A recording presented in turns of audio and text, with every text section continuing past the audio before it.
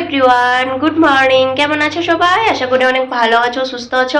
আমি অনেক ভালো আছি, সুস্থ আছি। আমার নতুন একটা ভিডিওতে তোমাদের জানাই অনেকটা ওয়েলকাম।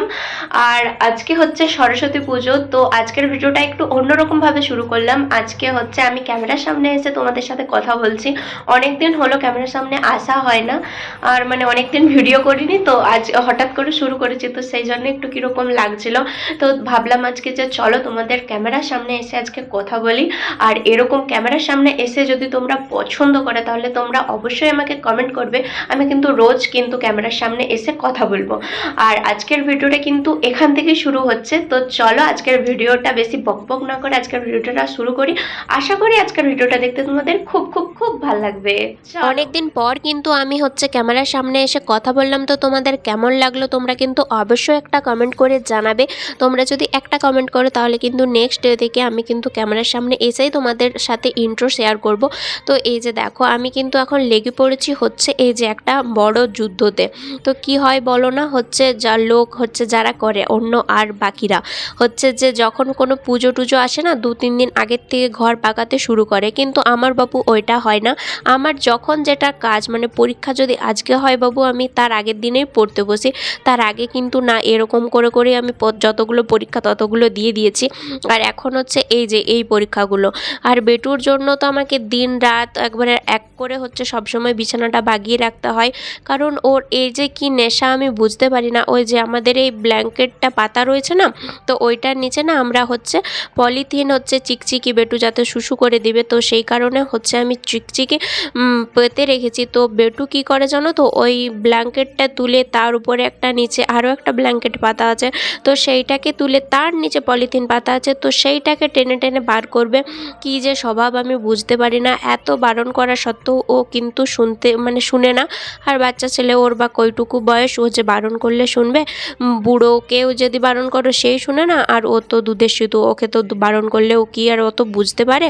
তো যাই হোক, আমাদের এটা কাজ বাবু, মায়েদের ডিউটি সবসময় 24 ঘন্টা অন ডিউটিতে থাকতে হয়, এর কোনো শেষ থাকে না। সত্যিই তাই, মায়েদের কোনো ছুটি বলতে নেই।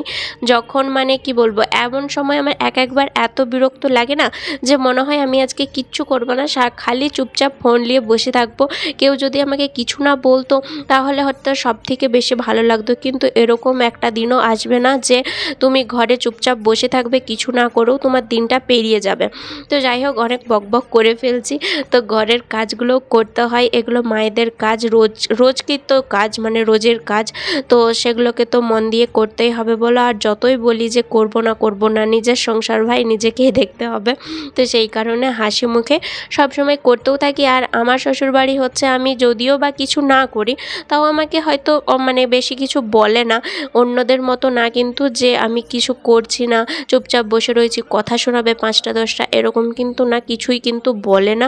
তাও আমার যখন যেটা মন যায় আমি তখন সেটা করি, আর যখন যেটা মন যায় না আমি কিন্তু করি না। আর একটা কথা, বেটুকে তো মানে আগেও আমি বলেছি যে বেটুর এখন কি হচ্ছে কি জানি, বেটু একদমই ঘরেতে থাকতে চায় না। তো সেই কারণে ও সব সময়তেই বাইরে যায় করে। তো তার ঠাম্মি তাকে নিয়ে গিয়েছিল বাইরে, আর এখন মহারাজা আমার চলে এসছে। আর এই যে বললাম না, এই মাত্র জাস্ট দেখো বিছানাটাকে বাগিয়েছি, এরপর এখানে ওরই কতকগুলো কাঁথা যেগুলো রাত্রেবেলায় হচ্ছে পাতা হয় ওর শোয়ার জন্য, তো সেগুলোই দেখো আমি এখন ভাঁজ করে করে রাখছি। এই দেখো এখনই আমি কাজ 2 মিনিটও কি মানে 5 সেকেন্ডও হয়নি, আমি এই জাস্ট রাখলাম হচ্ছে পাট করে। ও সেগুলোকে এই যে দেখো কীরকম আর কি বদমাইশি শুরু করেছে। মানে ও চায় মা আমার দিন রাত খাটুক। আর আমার দেখে এত কান্না পাচ্ছিল যে বেটু তুই ওরকম করিস না রে, আমি এই মাত্র একটু আগে হচ্ছে এটাকে পাঠ করেছি, তুই আর খেপা ওইরকম করিস না। তো যাই হোক, মা কিন্তু বলছিল যে ছেলে তো এরকমই করবেই, তুমি যেইটা বাগাবে তো সেইটাকেই হচ্ছে ও নষ্ট করবে। তো এই দিকটাতে দেখো আমি এখন যাচ্ছি কিন্তু ব্ল্যাঙ্কেটটাকে রোদে দিতে, কারণ আজকে ব্ল্যাঙ্কেটটাতে দিয়েছিল, আমরা যে ব্ল্যাঙ্কেটটাতে ঢাকা নিই সেটাতে দিয়েছে আজকে বেটু ব্ল্যাঙ্কেটটার উপরে বসে হচ্ছে শুশু করে। তো সেই কারণে তো রোদে দিতে হবেই, না হলে তো কীরকমই গন্ধ করবে, যতই বাচ্চা ছেলের হিসু হোক তাও মানে দিতে হবে, না হলে কীরকমই গন্ধ করবে, তো ওই জন্য। আর এই দিকটাতে দেখো কালকের থেকে হচ্ছে জামা কাপড়গুলো তুলে এনে রেখেছি, আজকেও আমার সময় হয়নি যে পাট করে দেবো। তো ভাবলাম যেহেতু ঘরটাকে আমি এখন সাফ সাফাই করছি, তো চলো এই জামা কাপড়গুলোকে ভাঁজ করে দেওয়াই যাক। আর বেশি কিন্তু জামা কাপড় থাকেনি, জাস্ট আমার রোজকারগুলো আর বেটুর আর হচ্ছে মায়ের। তো ওই কোটি জামা কাপড়ও আর আমার সময় হয়নি যে ওগুলোকে আমি ভাঁজ করে রাখি। তো সেই কারণে এখনই লেগে পড়েছি। এগুলো যদি রয়ে যায় না চেয়ারের উপরে, তো রয়েই যাবে, আমার দ্বারা আর হবে না। তো সেই কারণে সঙ্গে সঙ্গে হচ্ছে পাট করে এখন এই যে দেখো চট করে আলমারিতে তুলে দিচ্ছি। আর আমার তাকটা আর হচ্ছে এই বেটুর তাকটা, দুটো তাক যে কেন সবসময়তে আলো গোছা হয়ে যায় আমি বুঝতে পারি না। আমি এই দুটো তাক যতই বাগাই গো যতই বাগাই, তবু কিছুতেই হচ্ছে কি বলবো ঠিক করে রাখা যায় না। কারণ এত জামা কাপড় হয়ে গেছে না, এই আলমারিগুলোও হচ্ছে হার মেনে যাচ্ছে, বলছে ভাই তুই আমাদেরকে ছেড়ে দে ভাই, আমার দ্বারা আর হচ্ছে না, এত লোড আমি আর নিতে পারছি না। তো বেটুরও যা বেটুর এরকম এই যে দেখো এই বক্সের মতো যে ব্যাগগুলো দেখতে পাচ্ছ চেন দেওয়া সিস্টেম, এগুলো কিন্তু আমি ফ্লিপকার্ট থেকে অর্ডার দিয়েছিলাম। এগুলো কিন্তু জিনিসটা ভালো, অনেকগুলো জামা কাপড় ধরে, কিন্তু হচ্ছে রাখতে আমার ঠিক সুবিধা হয় না। কারণ এই আলমারি তাকগুলো এতটাই ছোট ছোট যে তিনটে একসাথে রাখলে হচ্ছে তোমার ধরাবে না, আর দুটো যদি একসাথে রাখো তাহলে মনে হবে যে আরও একটা ঢুকবে আরও একটা ঢুকবে, তো এরকম করে রাখা যায় না। তো যাই হোক, তারপরে এই দিকটাতে দেখো এই যে এখানটাতে একটা তার মধ্যে মানে আমাদের রুমটার মাঝখানে লাগানো ছিল, সেটা বড়বাবু দেখতে না পেরে এক সাইড দিকে করে দিয়েছে। বলছে তোদের তো কোনো কমন সেন্স নাই, তোরা হচ্ছে ঘর কি করে ঠিক করে রাখতে হয় তোরা জানিস না। আর সত্যিই তাই গো, আমি কি করে ঘর বাগাতে হয় এটা আমার কোনো মানে জানা নাই। আমার দিদি কিন্তু খুব সুন্দর ঘর বাগায়, আমার দ্বারা ভাই এটা হয় না। তো সেই কারণে আমি সবসময়তে ঘরকে সবসময়তে আগোছালো মানে আমি এই পাশের রুমের দিদিদের কোয়ার্টারগুলোকে যাই, তো ওদের ঘরগুলো দেখি কত সুন্দর মানে জিনিসপত্র নাই ঠিক আছে মানলাম, তো এত সুন্দর করে গুছিয়ে বাগিয়ে রাখে না, সেটা আমার দ্বারা হয় না। সব সময়তে আগোছালো আমার ঘর হয়েই থাকে। আর এই বাচ্চা নিয়ে তো আরও বেশি হয়ে থাকে। তো সেই কারণে ওই তারটাকে আগে দেখো ফাঁকা করে এখন ওইখান থেকে জিনিসপত্র হাঁটিয়ে দিয়ে বেটু যে খাওয়ার যেগুলোতে লাগে মানে খাওয়ানোর সময় যেগুলো লাগে সেগুলো রেখে দিয়ে এখন লেগে পড়েছি হচ্ছে এই যে দেখো দুটো ঘর, তারপর বারান্দাটা ঝাড়ু লাগাতে। আর ঝাড়ু লাগানোর সময়তে ভাইরে ভাই কি ময়লা মানে আমরা যে এই ঘরটাতে বসবাস করি সেটা মানে কি বলবো, আমরা মানুষ থাকি না পশু পাখি থাকি সেটাই বুঝতে পারি না। নিজেরাই এত ময়লা দেখে নিজেই অবাক হয়ে যাচ্ছি। তো মাকে আমি বলছিলাম মা দেখো এত ময়লার উপরে আমরা ছিলাম। তো মা বলছে দেখ তুই হচ্ছে কোনোদিনও ঘরটর বাগাস না, তো তাই হচ্ছে এরকম অবস্থা। ওইদিকে দেখো আমি হচ্ছে ঘরটা ঝাড় দিচ্ছিলাম, আর এইদিকে আমি হচ্ছে জামা কাপড়গুলোকেও কাচতে লাগিয়ে দিয়েছিলাম, মেশিনে লাগিয়ে দিয়েছিলাম যে আমার দুটো কাজ একসাথেই হবে, একদিকে ঝাড়ু দেওয়া হবে আর একদিকে হচ্ছে কাপড় কাচা হবে। তো আমি দেখলাম যে পুরো কমপ্লিট হয়ে গেছে। এখন আমার হচ্ছে শুধুমাত্র এই মেশিনটাকে মানে কাপড় কাচার পরে মেশিনটাতে না অনেকটা ময়লা লেগে থাকে, তো সেই কারণে আমি আবার জলের পাইপটা লাগিয়ে দিচ্ছি, ওই ট্যাপটার সাথে কানেক্ট করে দিচ্ছি। তো ট্যাপটার সাথে কানেক্ট করে দিলে অটোমেটিকলি জল আসবে এখানে, আর জল পেয়ে পুরো আমি ওয়াশিং মেশিনটা ধুয়ে একদম পাইপ টাইপ গোছ করে এই জায়গাটাও আর কি বাগানো হয়ে যাবে। তো দেখো দুটো কাজ মানে বুদ্ধি খাটিয়ে কাজ করলে কত তাড়াতাড়ি কাজ হয়ে যায় তোমরাই দেখো। তো ভাগ্যিস আমি হচ্ছে ওই কাপড় কাচাটা লাগিয়ে দিয়েছিলাম, মানে কাপড় কাচা মেশিনটা লাগিয়ে দিয়েছিলাম, তাই আমার কাপড় কাচাও হয়ে গেল, এদিকে আমার ঘর ঝাড় দেওয়া হয়ে গেল, আর এদিকে এই জায়গাটাও আমার বাগিয়ে গুছিয়ে রাখা হয়ে যাবে।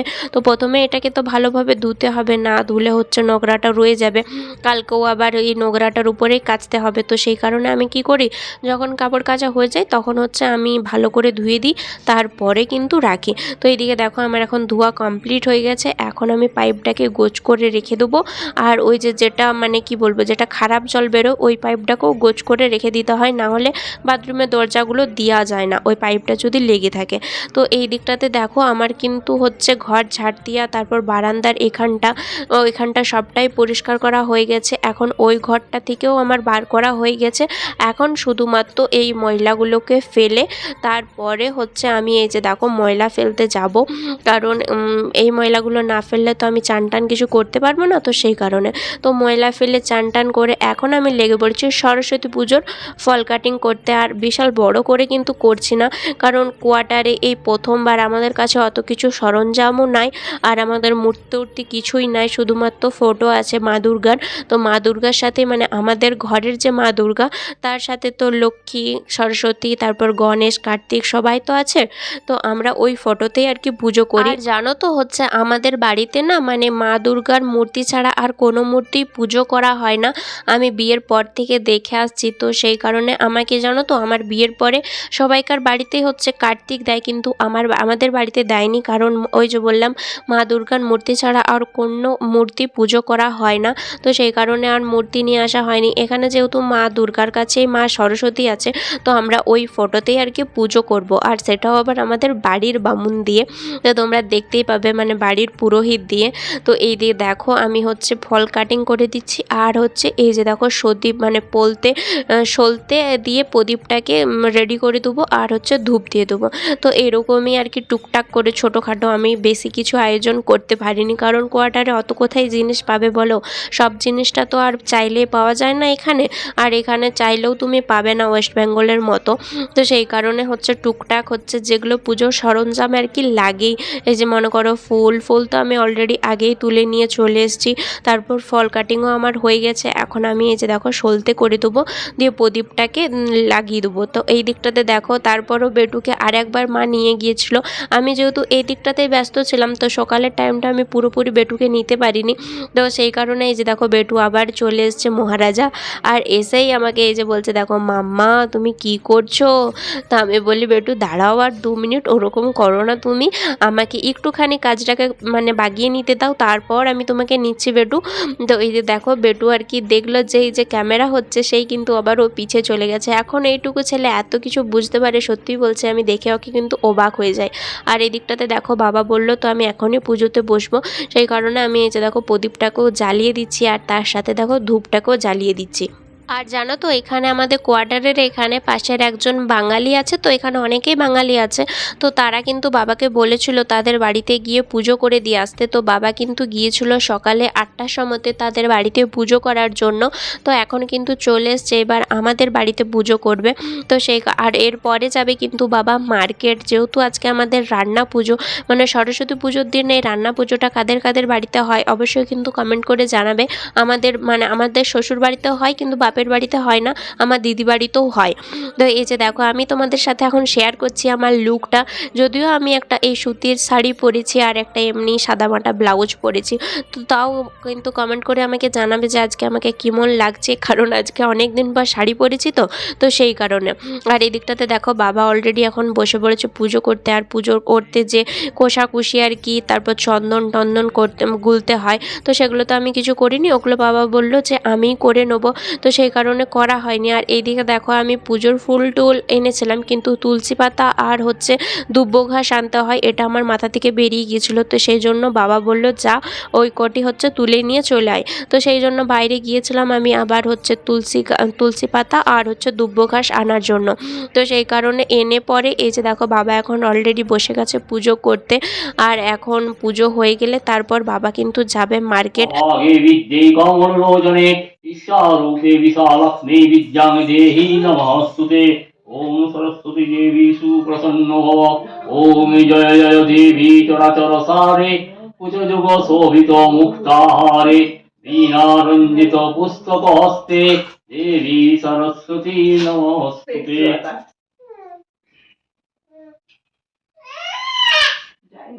गन्धपुष्प्यं लक्ष्मी देव्यै नमः।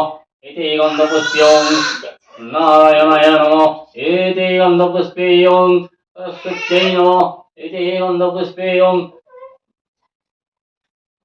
वास्तुपुरुषाय नमः। एते गन्धपुष्पेयं इन्द्रादिलक्षदिक्पालेभ्यो नमः। एते गन्धपुष्पेयं नवग्रहेभ्यो नमः। एते गन्धपुष्पेयं ऐत्यादिनवग्रहेभ्यो नमः। एते गन्धपुष्पेयं सर्वभूतेभ्यो देवीगणेभ्यो नमः।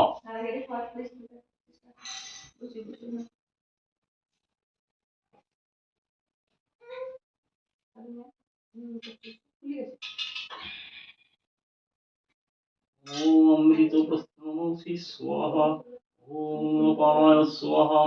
ओम प्राणाय स्वाहा। ओम समानाय स्वाहा। ओम उदानाय स्वाहा। ओम ज्ञानाय स्वाहा। ओम अमृतपिधानमसि स्वाहा। हे गन्धपुष्पे ओम विद्याय नमः। ते गन्धपुष्पे ओम नामान्य नैवेद्याय नमः। एतत् धूपं नैवेद्याय नमः। एतत् दीपं नैवेद्याय सोपवर्णं नैवेद्याय उत्सर्गित। ओम क्लीं सरस्वती देवतायै नमः। ओम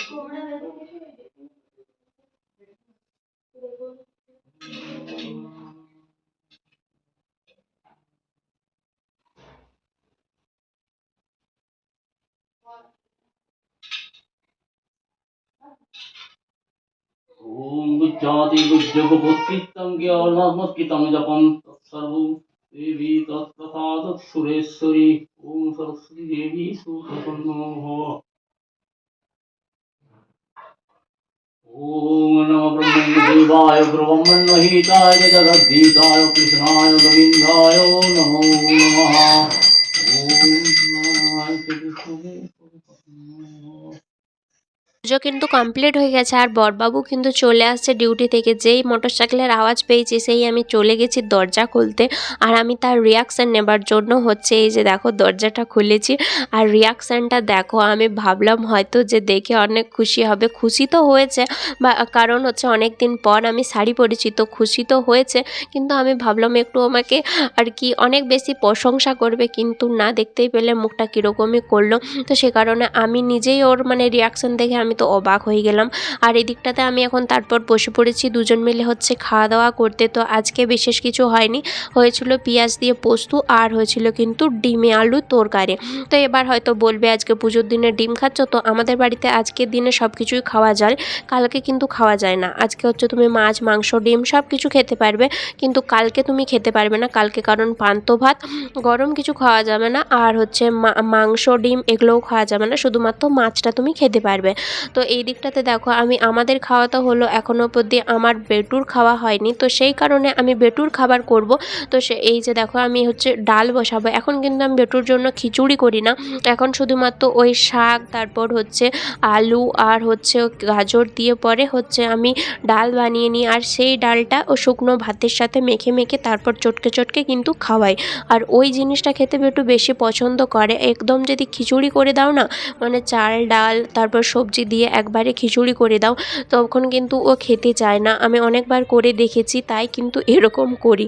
আর তো এই দিকটাতে আমার অলরেডি শাক আমি বেছে নিয়েছি, শুধুমাত্র হচ্ছে শাকই দেব, আর হচ্ছে একটুখানি আলু দেব, আর হচ্ছে সোয়াবিন দেবো, আর হচ্ছে মুসুর ডাল দেবো। তো শাক আমার অলরেডি কাটা হয়ে গেছে। এরপর আমি দেখো চাল মানে ডালের মানে ডিব্বাটা আর হচ্ছে এই সোয়াবিনের ডিব্বাটা দুটোই একসাথে বার করব। তো প্রথমে সোয়াবিনেরটা বার করেছিলাম, ডালেরটা বার করতে ভুলে গেছিলাম, পরে আবার কিন্তু আমি ডালেরটাও বার করে নিয়েছি। এখন এই যে দেখো বাটি নিয়ে এখন সোয়াবিন ডাল আর হচ্ছে পালং শাক তিনটেকে ভালোভাবে ধুয়ে নেবো। যদি ভালোভাবে না ধোয়া হয় তাহলে বাচ্চা ছেলের খাবার বুঝতেই পারছো, তো সেই কারণে সবগুলোকে ভালোভাবে ধুতে হবে। তারপর কিন্তু ছোট প্রেসারটাতে দিয়ে দেবো। আর বেটুর খাবারে আমি এখন হালকা করে লবণও দিই, কারণ লবণ না দিলে খেতেও চায় না। তো আমি ডাক্তারকে কিন্তু এখানে যে আর্মি ডাক্তার সেখানে আমি জিজ্ঞাসা করেছি, তো তারা কিন্তু বলেছে হ্যাঁ হালকা করে জাস্ট সামান্য লবণ তারপর হচ্ছে হলুদ আর এই ঘরোয়া ঘি দিয়ে করতে খাবারটা। তো তাদের পরামর্শে আমি কিন্তু লবণটা তারপর কিন্তু এই যে হলুদ তারপর ঘি এই তিনটে জিনিসই দিয়ে থাকি। তো ওই খাবারটা কিন্তু খুব পছন্দ করে খাই, খুব টেস্টি করে। তো এই যে দেখো আমি কিন্তু সব একসাথে ধুয়ে নিয়েছি। এখন আমার দিয়ে দেওয়ার পালা এই প্রেসারেতে। আর এই প্রেসারটা হতে জাস্ট 3-4টে সিটি দিলেই কিন্তু হয়ে যায়। আর 3টে জিনিস সিদ্ধ হতে কতইবার সময় লাগবে তোমরাই বলো। তো আমি চাই জলদি জলদি করে দিতে, কারণ বেটুর খাওয়ার সময় হয়ে গেছে। আর আমার তো হচ্ছে কি বলবো, মানে যখনই কাজ হয় তখন তার 10 মিনিট আগেই আমি বসাই, একটু আগের থেকে যে বসাবো সেটাও আমার মাথা থেকে বেরিয়ে যায়। তো যাই হোক একটুখানি দিলেই কিন্তু হয়ে যাবে। আর এখনও অবধি সবথেকে বড় ফায়দা হচ্ছে বেটু এখন ঘুমাচ্ছে, এখনও অবধি উঠে নাই। উঠলে পরে তারপর তার স্নান হবে, তারপর সে খাবে, প্রায় 1টা-1:30 বাজবে, তো তখন সে কিন্তু খাবে। তো এইদিকে আমি সব জিনিসগুলো দিয়ে দেবো। প্রথমে তো চাল ডাল ধুতেই আমার 12টা বেজে গেল। তারপর হচ্ছে এই বাকি জিনিসগুলোও এখন আমি হালকা হালকা করে দেবো, একটুখানি নুন দেবো, একটুখানি হলুদ আর একটুখানি ঘি, তারপর সবগুলো একসাথে দিয়ে একদম সিটি লাগিয়ে দেবো। আর জলটা পরিমাণ মতো না দিলে লাস্টে তো লেগেও যায়। তো একবার কি লেগেও গিয়েছিল, অনেক কষ্টে প্রেসারটাকে ছাড়াতে পেরেছিলাম আমি।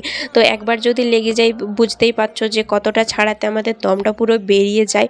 এরপর বেটু উঠে গিয়েছিল আর নিয়ে তাকে বেরিয়েছিলাম বাইরে। বন্ধুরা তোমরা তো দেখতেই পেলাম বেটুর খাবার বসালাম, আর এখন বাজে হচ্ছে 1টা। এইমাত্র জাস্ট বেটু ঘুম থেকে উঠলো, আর ঘুম থেকে এখন সানু হয়ে গেছে, নাহু তো হচ্ছে এরপর বেটুকে একটু রোদে বসাবো। তো আজকের মতো ভিডিওটা এখানেই এন্ড করছি, কারণ অনেকটা বড় হয়ে গেছে ভিডিওটা, আর লাস্ট অবধি করা যাচ্ছে না। আর দেখি পারি তো হচ্ছে বিকালে আরও তো অনুষ্ঠান আছে। অনুষ্ঠান মতলব হচ্ছে যে আমাদের তো রান্না পুজো, তো রান্না পুজোরও দেখি একটা ব্লগ বানাবো, মানে পার্ট 2, সরস্বতী পুজোর পার্ট 2 ব্লগ আসছে। তো চলো আজকের ভিডিওটা কেমন লাগলো অবশ্যই কিন্তু কমেন্ট করে জানাবে। ভালো লাগলে কিন্তু একটা লাইক আর চ্যানেলটা সাবস্ক্রাইব করে আমার পাশে থাকবে। দেখা হচ্ছে পরবর্তী ভিডিওতে, টাটা।